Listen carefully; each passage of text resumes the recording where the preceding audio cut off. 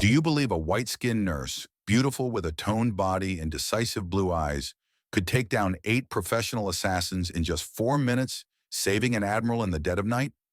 8 mercenary thugs stormed into St. Mary's Hospital in Richmond, Virginia at 03:00, thinking she was just a fragile rose in scrubs, but they didn't know her past wounds had turned Elizabeth Harlan into an unbreakable warrior.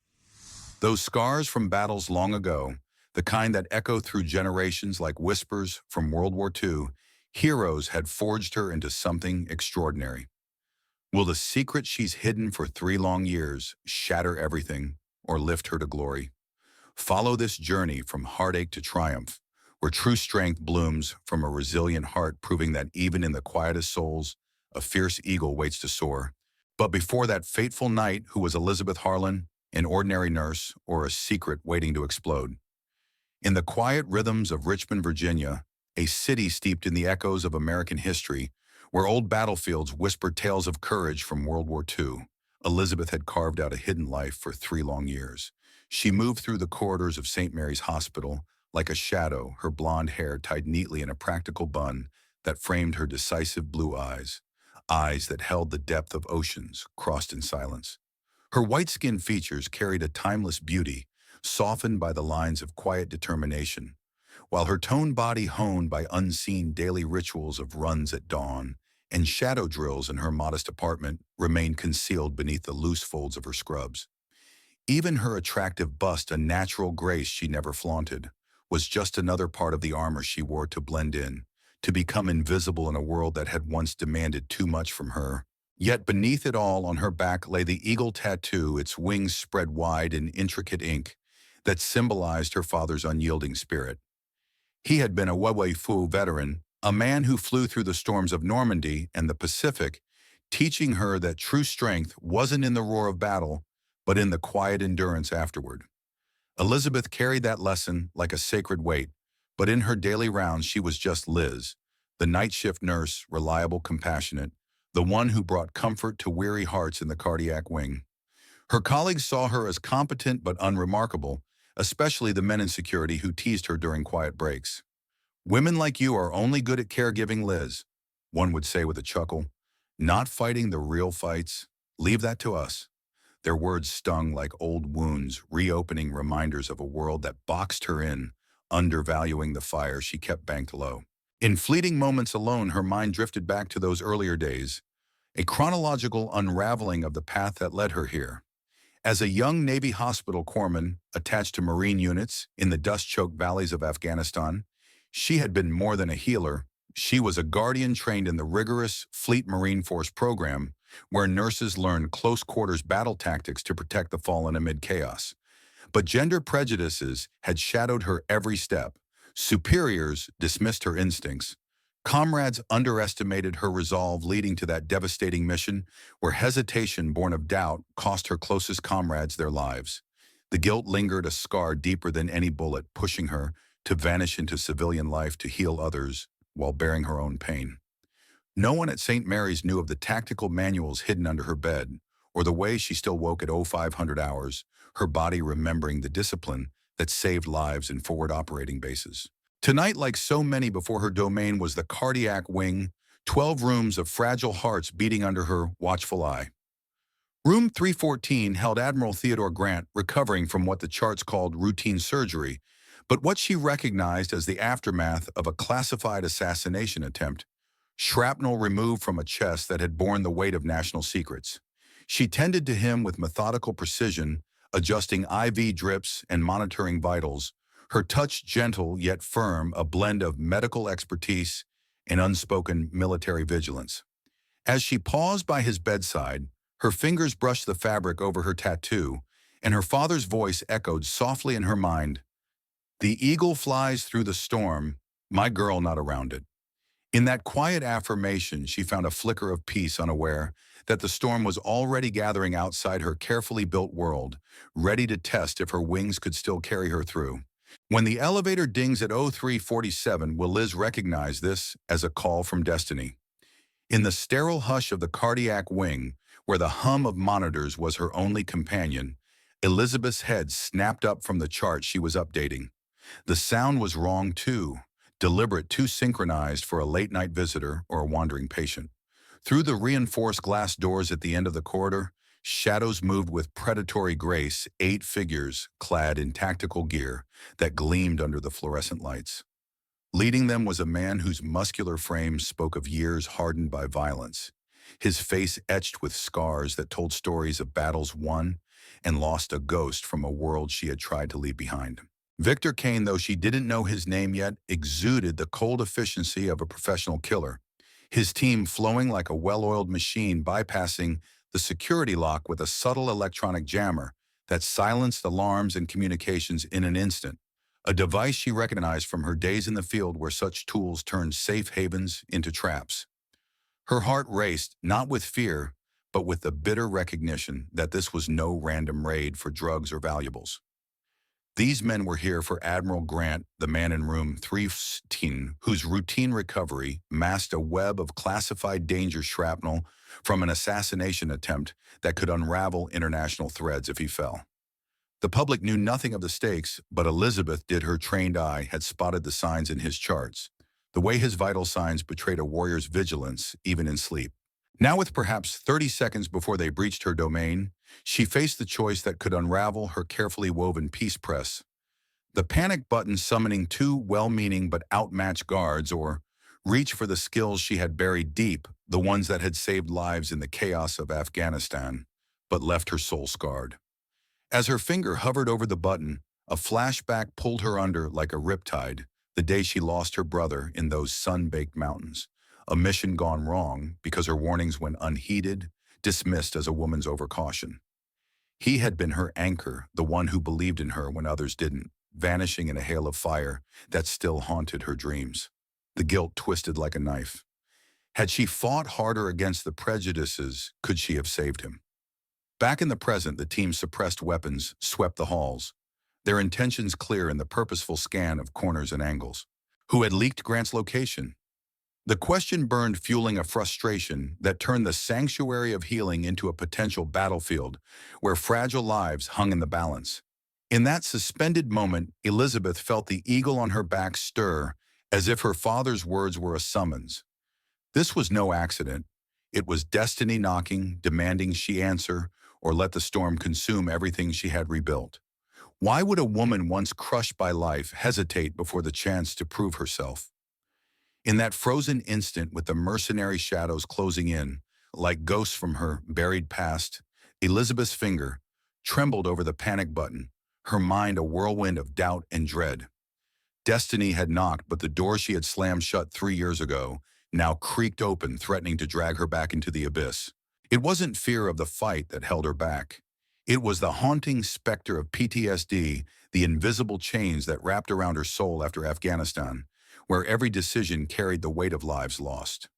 Her breath came shallow, her decisive blue eyes clouding with memories that flooded in unbidden, pulling her into a detailed flashback of that fateful day in the rugged mountains. She saw it all again, the dusty outpost under siege, her brother, her rock, the one who had always defended her against the sneers of male comrades leading a patrol she had warned against. "It's too risky," she had insisted, her voice steady, but dismissed with a patronizing laugh. "Women worry too much, Harlan. Stick to bandaging the boys." The gender prejudices ran deep in those units, a toxic undercurrent that undermined her every insight born from years of being seen as less capable, less worthy in a man's war.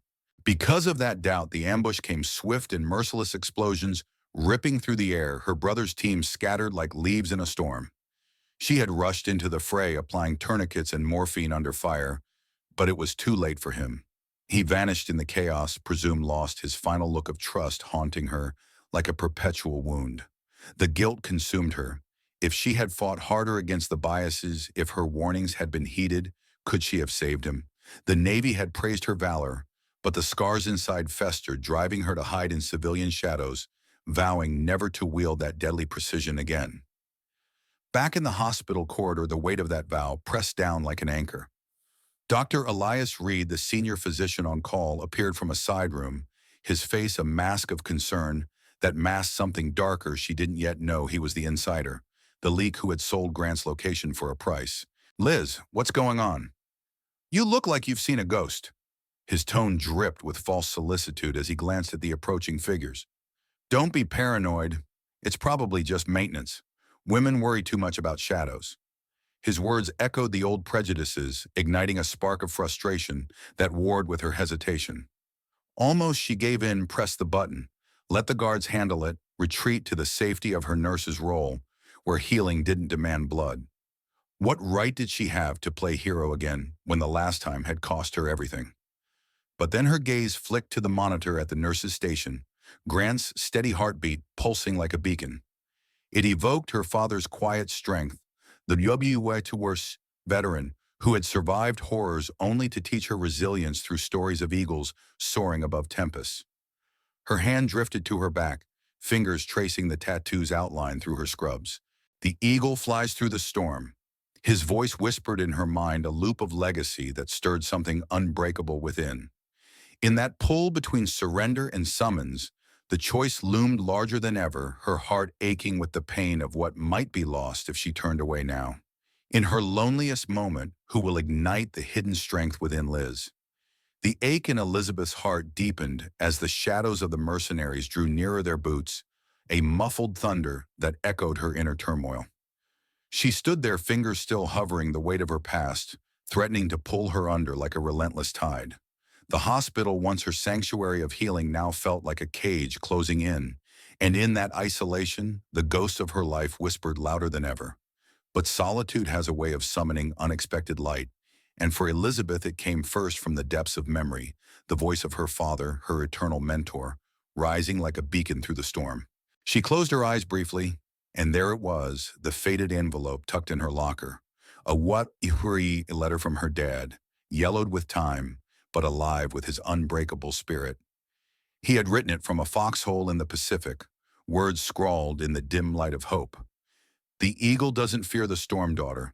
It flies high above it, using the winds to soar even stronger. Remember that when life tests you, your wings are made for this. Those letters had been her lifeline after Afghanistan, reminders of a man who faced unimaginable horrors, yet returned with a heart full of quiet wisdom. He taught her not just to survive, but to rise, his legacy woven into her very skin through the eagle tattoo. In this desperate breath, his words ignited a spark, urging her not to turn away, to embrace the call that destiny had laid at her feet. It was as if he stood beside her, his steady hand on her shoulder, guiding her toward the strength she had long denied. Yet memory alone wasn't enough. Fate sent an ally in flesh and blood. Nurse Sarah, the elderly colleague with silver hair and eyes that had seen decades of hospital battles, emerged from the shadows of a nearby patient room.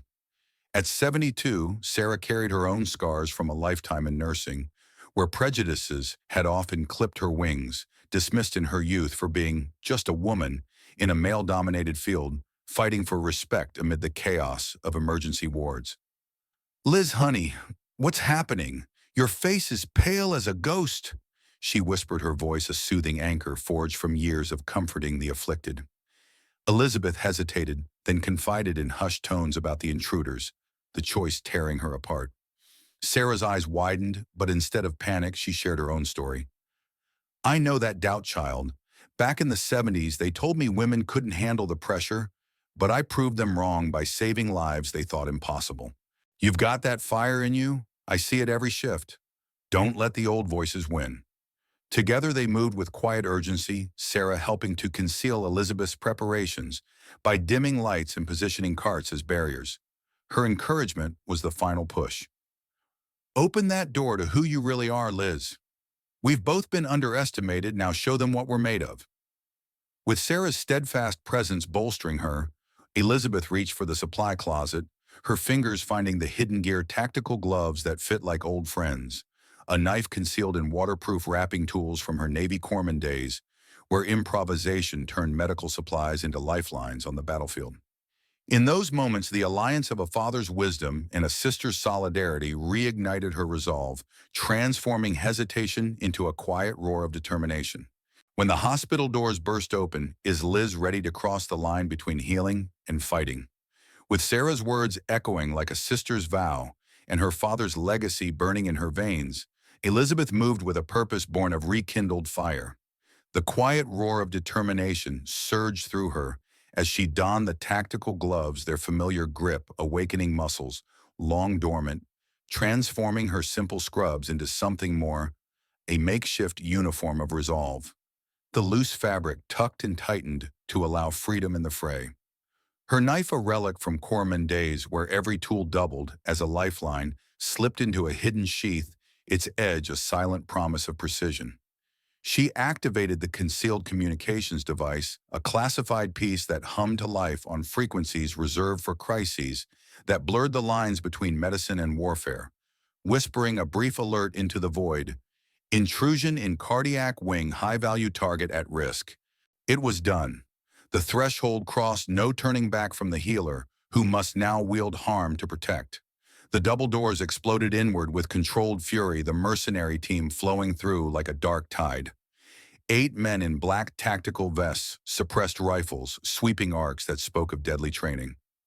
Victor Kane led, his scarred visage a mask of calculated menace eyes, scanning for threats in the red glow of emergency lights that turned the sterile halls into a nightmarish arena. They had bypassed the final locks with ruthless efficiency, expecting a cowering staff or easy prey. But what awaited was Elizabeth Harlan, no longer hidden, standing firm at the nurse's station with a posture honed in close-quarters battle drills.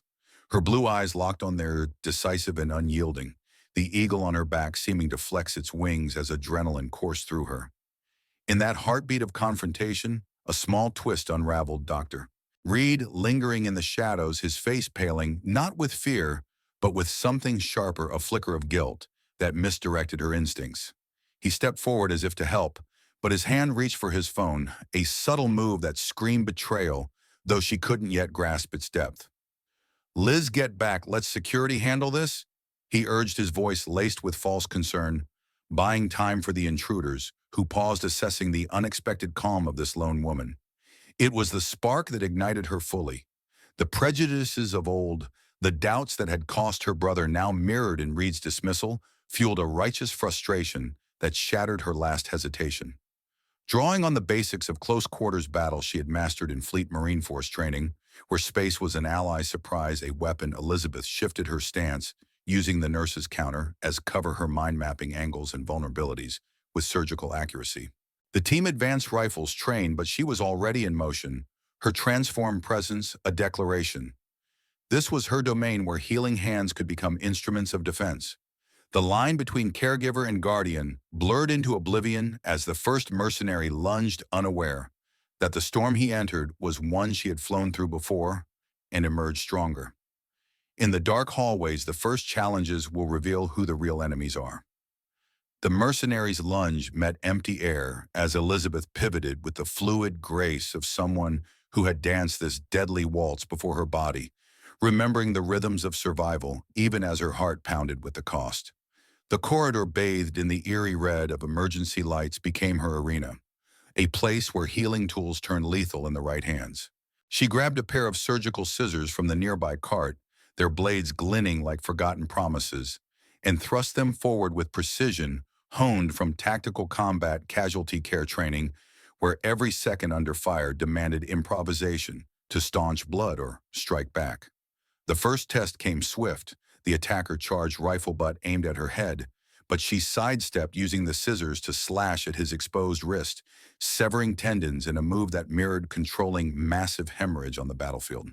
He crumpled, clutching his arm, his weapon clattering away, as she followed through with a knee to his midsection, dropping him silent and subdued.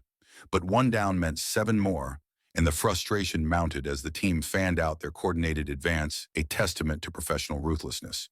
Elizabeth's mind raced through TCCC principles: treat the casualty, prevent more complete, the mission adapting them to this twisted reality, where the casualties were threats she had to neutralize.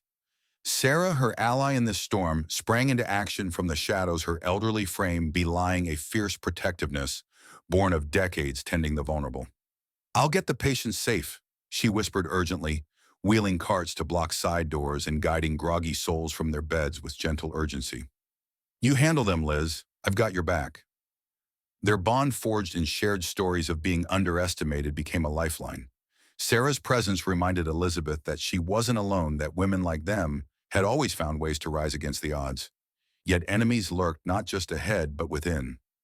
Dr. Reed, his betrayal now crystallizing in her suspicions, hovered at the edge, his opposition flaring as he barked, "Liz, stop this madness. You're a nurse, not a soldier. Let them pass." His words, laced with condescension, echoed the prejudices that had haunted her, igniting a deeper internal conflict. As she confronted the second test, a pair of mercenaries flanking her from both sides, she felt the old doubts creep in a flashback, pulling her back to Afghanistan's unforgiving sands. There, her comrades had dismissed her warnings as woman's intuition, their biases blinding them to the ambush that claimed lives, including the void left by her brother's disappearance. "You're good with bandages, Harlan, but leave the tactics to us." They had sneered, their arrogance a poison that cost everything. The memory fueled a righteous anger, but also a paralyzing fear.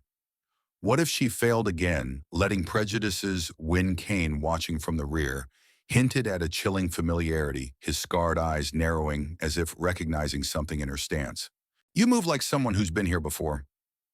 He growled, his voice a gravelly taunt that stirred unease, a misdirecting thread she couldn't yet pull. The third test escalated. One mercenary grabbed an IV pole, swinging it like a club. But Elizabeth turned it against him, leveraging her training to disarm and counter the pole, becoming an extension of her will as she struck pressure points to incapacitate without killing, applying the circulation control of TCCC in reverse, restricting blood flow just enough to drop him. Reed's revelation came then, his hand fumbling for a radio, opposing her openly now. "They're here for Grant. It's too late." His betrayal stung like a fresh wound, frustration boiling over, as she realized the leak came from within, a trusted colleague selling secrets for gain. In the chaos, Sarah's help proved invaluable. Her quick thinking evacuating two elderly patients whose fragile hearts beat on unaware, their trust in nurses like her, a poignant reminder of what was at stake. The mini-climax of Reed's exposure fueled Elizabeth's resolve, the prejudices of old comrades flashing like warnings she now defied. She thought of the eagle, its wings cutting through tempests, and overcame the doubt binding the fallen with zip ties from supply drawers. 3 down, but the real enemies, outer threats and inner demons, pressed on the hallway, a crucible where allies shone, and betrayals cut deep, forging her anew in the fire of necessity. When old wounds reopen, does Liz have enough strength to approach the enemy's lair? Forged anew in the crucible of those first skirmishes, Elizabeth pressed forward through the shadowed hallways, the weight of 3 fallen mercenaries behind her, a grim testament to her resolve. But the true test loomed ahead, the approach to room 315, Admiral Grant's sanctuary, now the inmost cave where danger coiled like a serpent ready to strike. Her breaths came steady, measured by the discipline of her training, yet each step amplified the internal tension, a storm brewing within that mirrored the chaos around her. The remaining 5 intruders had regrouped their movements, a symphony of threat, but 3 broke off to block her path, rifles glinting in the dim red light as they converged on the narrow passage leading to Grant's door. She confronted them head-on, her improvised arsenal, scissors, secured like a dagger vorpal wielded as a staff, clashing against their tactical precision. The first soldier lunged with a suppressed shot that grazed her shoulder, the burn exploding like fire through her flesh, tearing fabric and skin in a hot rush of blood. Pain lanced deep, reopening, not just the physical wound, but the scars of her soul, pulling her into a deep flashback that threatened to drown her. There in the blistering heat of Afghanistan's valleys, she relived her brother's loss in agonizing detail, the ambush that unfolded like a nightmare scripted by prejudice. He had been her mirror, her protector, the one who stood against the comrades who belittled her. "Ignore them, sis," he had said with a grin, his eyes full of unwavering faith. But that day, as explosions rocked the convoy, her warnings dismissed as feminine hysteria, he charged forward to cover her, only to vanish in the smoke and gunfire. She had crawled through the debris, hands slick with blood, searching for him amid the cries of the wounded, her heart shattering as the truth sank in. He was gone, lost to the very biases that eroded trust in the unit. The compassion she felt for him, now raw and unrelenting, twisted like a knife. His absence, a void that echoed in every quiet moment, a family pain that whispered of what could have been if voices like hers had been heard. Staggering against the wall, her shoulder throbbing with each heartbeat, Elizabeth nearly collapsed the weight of it all, pressing her to her knees.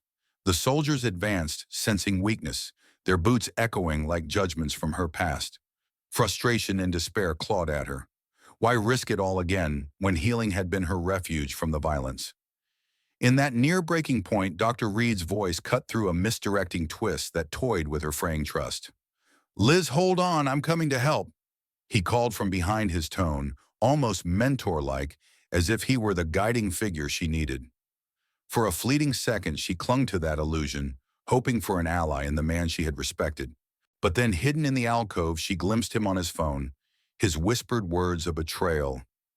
"She's weakening, seeing reinforcements now." The revelation hit like a second wound, his false mentorship unraveling into treachery, amplifying the internal storm. Yet in the depths of that despair, her father's letter surfaced in her mind, its words a lifeline looped through generations. "The eagle doesn't fear the storm, daughter. It flies high above it, using the winds to soar even stronger." The eagle on her back seemed to pulse with life, motivating her to rise, the family pain transforming into fuel rather than fetter. With a surge of compassion for the lives depending on her Grant's steady beat on the distant monitor, Sarah's distant calls of encouragement, she pushed off the wall, bloodied but unbroken, ready to breach the cave and face whatever lurked within. In 4 minutes of life and death, the biggest secret will be revealed and change everything. Emerging stronger from the storm that had tested her limits, Elizabeth burst into the fray, guarding Grant's door, the inmost cave alive with peril. The remaining mercenaries converged their suppressed rifles, barking in muffled fury, but she moved like a shadow forged in fire. Her shoulder wound a throbbing reminder of vulnerability, yet fueling her unyielding drive.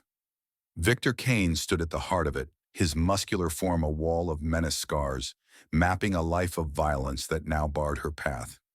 "End of the line, nurse," he snarled, his voice a gravelly echo that tugged at something buried deep of familiarity that chilled her to the core. She confronted him head-on, dodging a hail of bullets that splintered monitors and scattered medical trays, her improvised arsenal clashing against their firepower.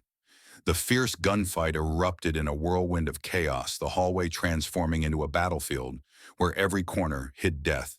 Elizabeth rolled behind an overturned cart, her decisive blue eyes scanning for openings, drawing on her corpsman ingenuity to turn the environment against them. She grabbed an oxygen tank from a nearby station, twisting the valve to release a billowing smoke that filled the air like a fog of war, obscuring sights and turning their tactical advantage into confusion. Through the haze, she improvised a sniper's precision, not with a rifle, but with a stethoscope's tubing rigged as a makeshift scope, aligning a thrown scalpel to strike a mercenary's hand, disarming him mid-aim. The technique born from battlefield medicine, where tools like these assessed breaths under fire, now educated her strikes, hitting nerve clusters to incapacitate without fatal blows. One by one, she subdued two more, using IV lines as tripwires and blood pressure cuffs as restraints, her actions a blend of healing mercy and warrior's resolve. But the heart of the ordeal was Kane, who emerged from the smoke like a phantom from her nightmares. As she closed in, pinning him against the wall with a surge of strength that belied her injury, his mask slipped literally and figuratively. Up close, his scarred eyes met hers, and the twist hit like a thunderbolt. This was her brother, the one lost in Afghanistan, presumed dead, but twisted by despair into a mercenary shell. "Liz, it's me." He rasped, the manipulation evident in his haunted gaze, years of being used by shadowy forces, turning brother against sister in a cruel family betrayal. Frustration boiled over the pain of his absence, now poisoned by this revelation, a dagger to her heart. How could the boy who defended her against prejudices become this internal struggle, raged, kill the threat, or spare the kin? Memories flooded his grin in the dust, his faith in her, when others doubted, now warped by the despair that had ensnared him. Tears stung her eyes as she wrestled him down, her voice breaking. "Why after everything?" He confessed in gasps, manipulated by debts and lies from the same networks that leaked Grant's location. His despair a mirror to her own buried guilt. In that life-or-death pivot, compassion won. She subdued him with a blood pressure cuff twisted into makeshift restraints, sparing his life even as bullets whizzed past. The sweet reconciliation began in that mercy, his eyes softening with regret, a brother's bond flickering back to life amid the wreckage. Sarah, witnessing from the doorway where she had ushered patients to safety, gasped in awe. "Liz, you're incredible. I never knew." Her acknowledgement, a team change born of respect, bolstered Elizabeth as the final shots faded the ordeal's climax, leaving her bloodied but triumphant, the biggest secret not just revealed, but redeemed in a moment of profound humanity. After the storm, what reward awaits the woman who flew through it? As the smoke cleared and the echoes of the gunfight faded into the hum of hospital monitors, Elizabeth stood amid the wreckage, her body aching, but her spirit unbroken. The ordeal's fury had passed, leaving behind a profound silence, broken only by the ragged breaths of subdued foes and the steady beat of lives preserved. She had crossed into the inmost cave, facing not just the mercenaries, but the deepest shadows of her soul, and emerged victorious. With Kane, her brother, restrained but alive, his eyes meeting hers in a mix of regret and relief, she turned to room 314, pushing open the door to find Admiral Grant awake, his seasoned gaze wide with astonishment at the guardian who had shielded him. "You saved me," he murmured, his voice carrying the weight of a lifetime in command, as she checked his vitals with hands still trembling from the fight. The shrapnel scars on his chest mirrored her own hidden wounds, a shared understanding passing between them. "I saw it all through the monitor feed, your courage, your skill. You are the true eagle, Lieutenant Harlan, soaring through the storm when others would falter."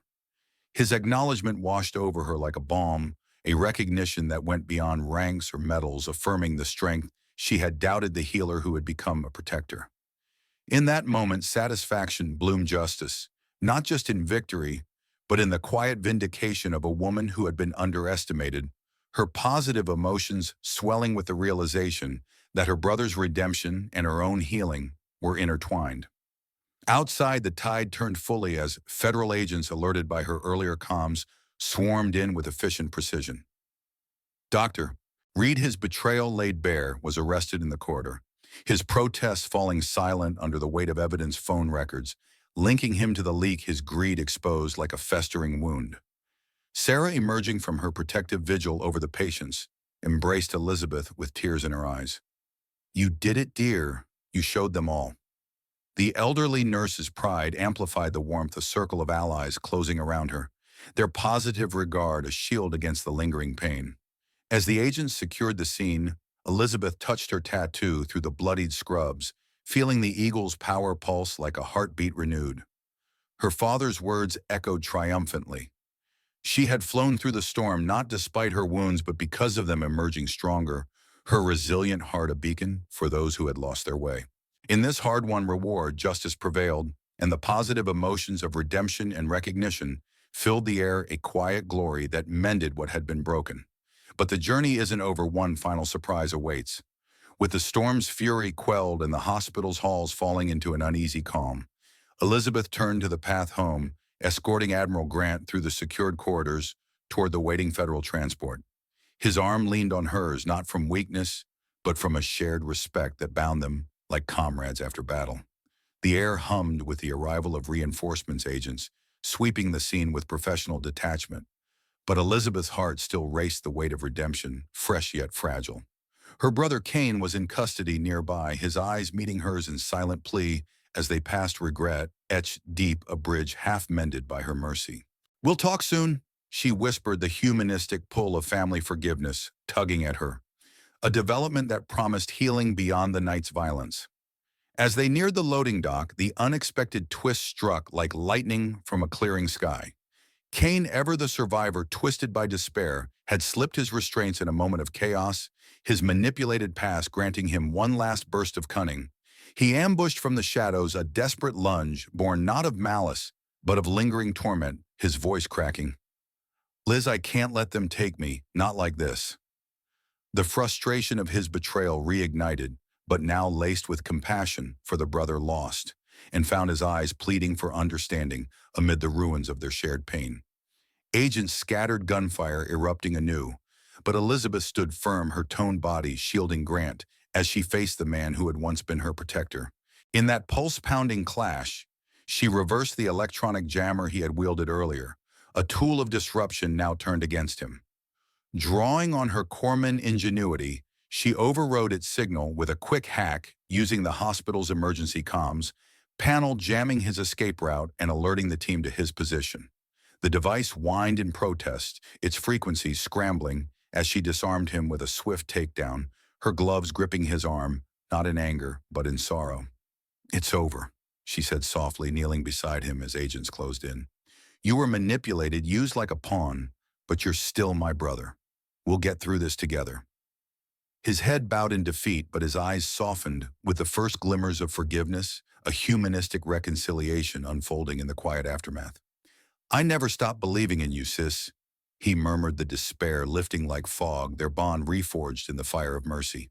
As Kane was secured once more, this time with understanding rather than chains, Elizabeth felt the eagle's power surge anew, her journey back not just to safety, but to wholeness.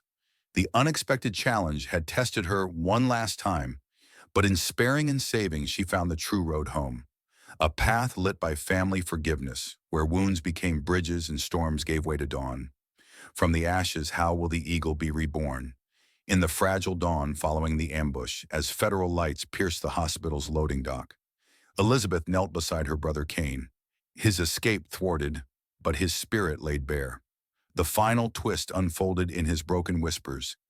"They manipulated me, Liz, debts from the war, lies that twisted everything.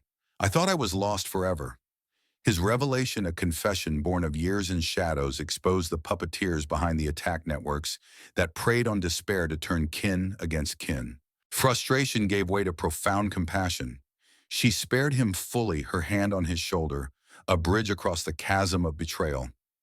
"You're not lost," she said softly, her voice steady with forgiveness. "We'll fight this together. Family doesn't end in the dark." In that moment of reconciliation, their bond resurrected, rising from the ashes of pain into a tentative light, his eyes reflecting the brother she remembered, redeemed not by force, but by mercy's grace. As agents took Kane into protective custody, Admiral Richard Hayes arrived, his presence a commanding anchor amid the chaos. A seasoned leader with silver hair and eyes that had seen too many storms, he surveyed the scene before turning to Elizabeth.